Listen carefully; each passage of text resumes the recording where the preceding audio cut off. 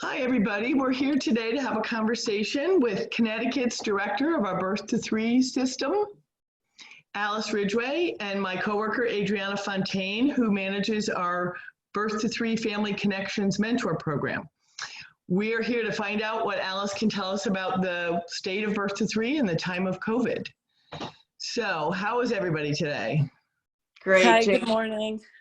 Adriana and Jane, it's so nice to see your faces. You know, that's the most important part of this, is actually seeing faces. Thank you for doing this. Thank you, Alice. Yeah. So, okay, I want to start by thanking you both. I also wanted to talk briefly about family connections and to let everyone know that we have been doing this for over 6 years. We have been connecting families who are enrolled in Birth to Three with other experienced families, and CPAC is providing also technical assistance to these families. And some of the families have requested answers during this time of uncertainty. And as you said, that's what brings us together. It does. Thanks. Thanks for both of you being here. So, Alice, some of the questions we've received so far. First one is going to be broad, and how are services being delivered now? How are things changed for families? Okay, so that's 2 questions. And I know you can do it. I can definitely answer the first question, which is we have directed all Birth to Three providers not to do any in-person visits. And so that means all visits are being done using what we're calling remote early intervention, or remote EI. And basically what remote EI looks like is this. A lot of different programs have different platforms for providing it, but it's an audio-visual connection between the Birth to Three provider and the parent. In some cases, it's only going to be a phone connection. There's so many things that go into this, like data plans and bandwidth and how well you're set up with technology. So each service coordinator, each primary interventionist is going to be working with each family to promote as much as possible a connection, maintaining a connection through audiovisual and through phone. And who are the people and so the families, will they be seeing their regular providers?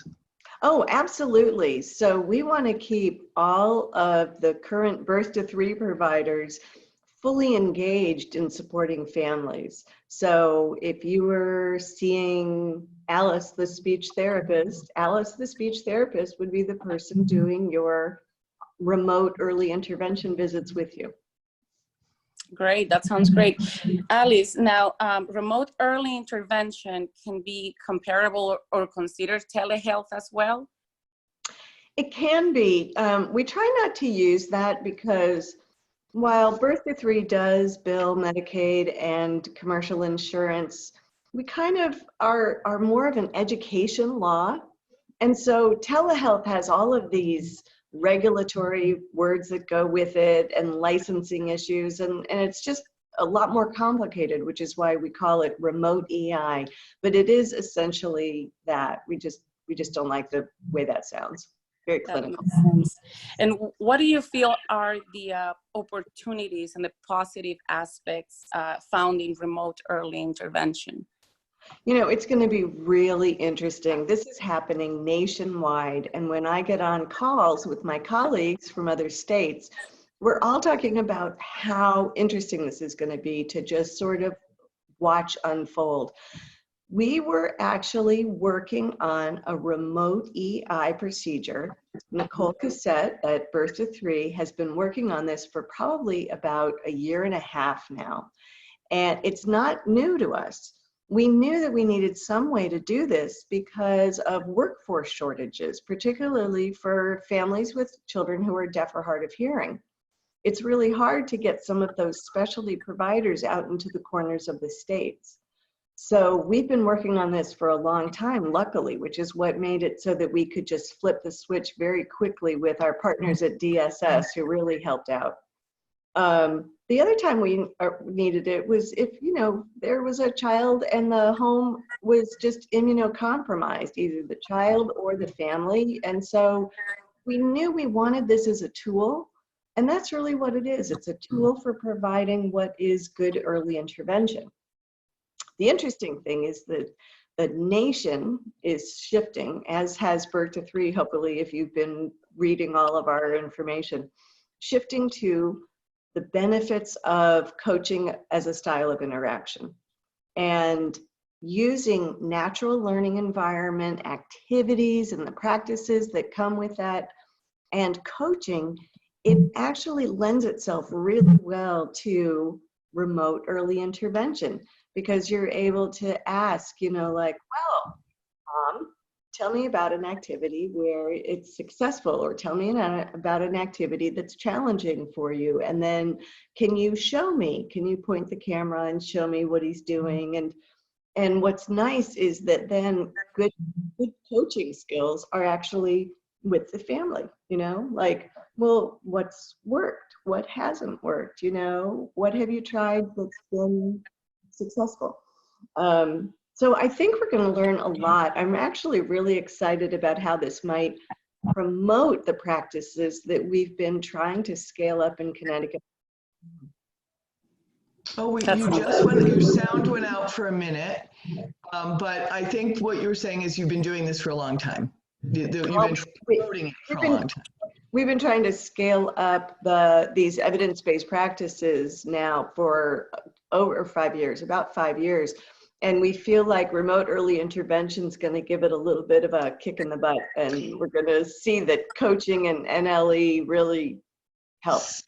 So it's interesting because Alice and I have been around the state doing a presentation, and one of the things we talk about a lot is the model and what the model of Birth to Three is, and people's misunderstanding of the model being coaching to the parent as one of the primary components of the model. And what you're saying is this might make that more apparent to everyone, where currently it's not as clear that this is real. Birth to Three really is a family service model, not an individual child model. And so the coaching to the parent, that's great. I see that as a real asset. It's interesting because, you know, when you use the word model, it implies all kinds of things. And so we actually just are working on helping people to understand these are the practices that are supported by evidence and the research. And there's many different ways to help families and children make progress in early intervention and get ready for transition if that's needed at age 3. But these practices of coaching caregivers and using natural learning environments are absolutely where we're going with the future, and they are perfectly aligned with remote EI. That makes a lot of sense. It makes a lot of sense. So another question we have that is really important is, where is Birth to Three at the state with accepting referrals and doing getting evaluations done? I'm so glad you asked that, because I, of course, have been watching the data very carefully. And last week, we only had 58 referrals. And that just breaks my heart. We have normally about 220 a week. Wow. So we're really worried that families aren't calling. And I know kids are at home, and I know that everybody's life is disrupted. We're also worried that maybe what's happening is a family might be waiting for that next well child visit to talk to their pediatrician about their concerns, but now those well child visits are getting pushed off, and so they're waiting. And our message to everybody is, absolutely don't wait. If you have concerns about your child's development, call the 800 number, 800-505-7000, and talk to the folks at Child Development Info Line. They absolutely can make a referral to a Birth to Three program. And our programs are such professionals. They are so adaptable. It's really been wonderful to watch them rise to this occasion. They have been working together on coming up with strategies to do developmental evaluations using audio visual, or visuals not available, they're able to do it by interviewing the parent over the phone. So we absolutely want people to call Birth to Three and see if your child is eligible, and if you're eligible, to get the supports you need. That's great. That's great, because at the school level, it's still a question. So, and that may be one reason why people are holding back also, is because they may not realize you're taking referrals at this point in time. So we're here to say they're taking referrals. And we another would like it if you would call your pediatricians and tell them, you know, help us spread the word. Like, everyone who's watching this, tell 10 people, you know, let everybody know, because we're here. We want to help. Great. Great. That's excellent. And you mentioned that the single point of entry is Child Development Info Line. You gave us the number. I am aware that also referrals can be done online on birth23.org, Yes. referral forms. And what about 211? So 211 and Child Development Info Line are so interrelated.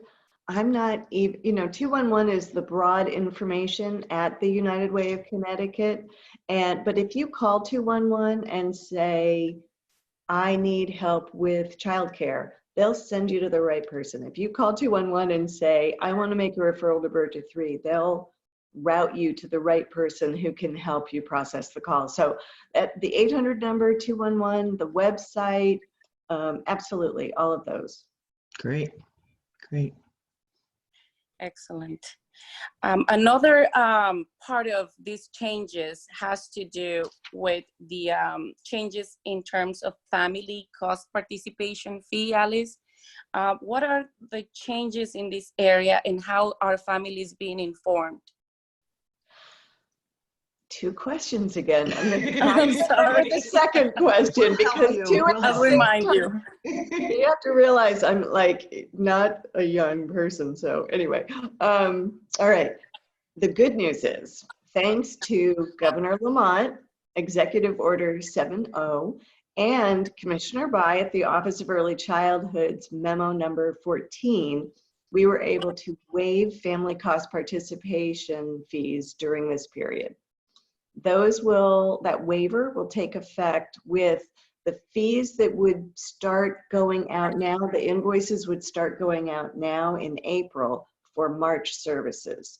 Okay. So if you got an invoice in March for your February services, that has not been waived. But going forward, from March services forward until we're out of this pandemic, stay-at-home public health emergency, we won't be sending out invoices. Birth to Three programs are still going to be required to collect the family cost participation data, though, and put it into our data system, because we need to know the impact that this public health emergency is having on the Birth to Three system. So by collecting the data about the fees that we're waiving, we're better able to then say, okay, how much did this cost the Birth to Three system? The other things that is important to know is that we're not going to be suspending services. Some of your viewers, some of you watching this may not know this, but if a family goes 3 months without paying a family cost participation in Birth to Three, then we suspend services until the balance on the suspension notice is paid. And so we're not going to be doing that. We're not going to be suspending services. We're going to continue to support families through this as best we can. Interestingly, we were really doing this primarily to help families right now, because economically, a lot of people are out of work. It's just a real struggle. Family cost participation fees don't apply to anyone who's insured by Medicaid or anyone with an adjusted gross income of less than $45,000. So if a family's income dropped, that would have automatically put them out of having to pay family cost participation fees. But we wanted to not have to go through all that paperwork and to just say, you know what? Everyone. Waived for everybody. So we're very excited to be able to do that. And I absolutely forgot the second question. No problem. Alice, how are families being informed of this? Oh. Is this on your website or? You guys? You're doing it. You know, absolutely. The best line of communication for anything having to do with birth to 3 is between the primary interventionist and the family, right? You know, I am sure that our birth to 3 providers, as soon as, I mean, I think that executive order came out at 7 p.m. on Friday. I got a text message from Myra Watnick at Rehab Associates at like 7:30 going, yay! I am sure that they immediately started letting their families know. But just in case, Public Consulting Group, who does the billing for us, instead of sending invoices, they're going to send a flyer that we had developed by a team on our communications support team. Excellent. Great, thank you. Thank you. So I think the last question we're going to put you to the fire with today is about transitions and what's happening with transition conferences and what's happening when kids turn 3. Yeah.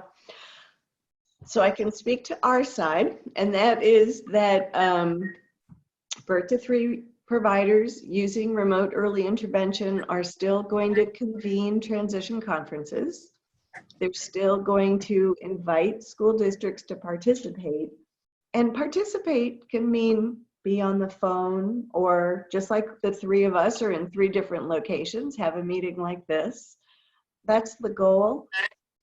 Andrea Brunell, who's the 619 or the early childhood special ed director over at the Department of Ed, and I have been on the phone, I would say probably every day since this started, emailing each other and chatting.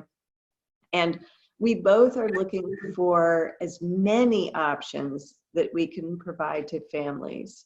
And we don't know what that looks like, because right now, state law reads that birth to 3, an eligible child is a child birth to 36 months. So that's a waiver we would have to get. There's also federal language in IDEA about OSEP approving serving children beyond 3. So while, and the truth is, we also don't know where we are with FAPE 3. There's a lot of questions still to be answered, but each service coordinator will work with each family and their local school district to come up with a plan as best as we can, and we'll move on this just as fast as we possibly can. But as you also know, at CPAC, I'm sure you say this, when you know one school district, you know one school district, right? Right. So they're all taking a slightly different approach to this, and that's why it's going to be individualized for each family. And what are you doing at birth to 3 if families have questions right now? Are they calling the main number? I mean, how they're asking us and we're asking you, and we'll try to filter as much of that through to you. But if a family got to a place where every school district's doing it differently and they're feeling that they need support in that transition, and they've gone to their own provider, is there support at the state level in this time, or? I'm So just wondering what support looks like. You know, our family liaison, Eileen McKenna, is absolutely still there. I don't have her number memorized, but there's an 888 number, I think, on our birth3.org website for the family liaison. Really, the primary interventionist is probably the best one. I just watched the video that was done by Hands and Voices, and she kept saying the birth to 3 provider was the most supportive, was the best person for me to talk to. So that is what we want to encourage. But then you guys and your Family Connections program, you are vital, especially, you know, after kids turn 3. But right now, when families have questions, we want them to feel like they can call anywhere to get support. Great. Adriana, do you have any more questions that families have asked or that we feel we haven't addressed? I think we have covered almost every aspect that we were asked. So I think we're in good shape. And Alice, thank you so much. Alice, you've been wonderful. Parsi Coordinator, Director for Birth to 3 System. And we will continue with these talks, and thank you for everything. Oh, thank you for all you're doing, and I look forward to seeing your faces again soon. Okay, well, we'll have to do this again. Thanks, you guys. And for Thank you, everybody Jane. listening, feel free to call CPAC 860-739-3089. And we speak Spanish, Portuguese, French, Creole, and have I missed something? English. In English. Right. All right. Bye, everybody. All right. Goodbye. Bye. Bye-bye.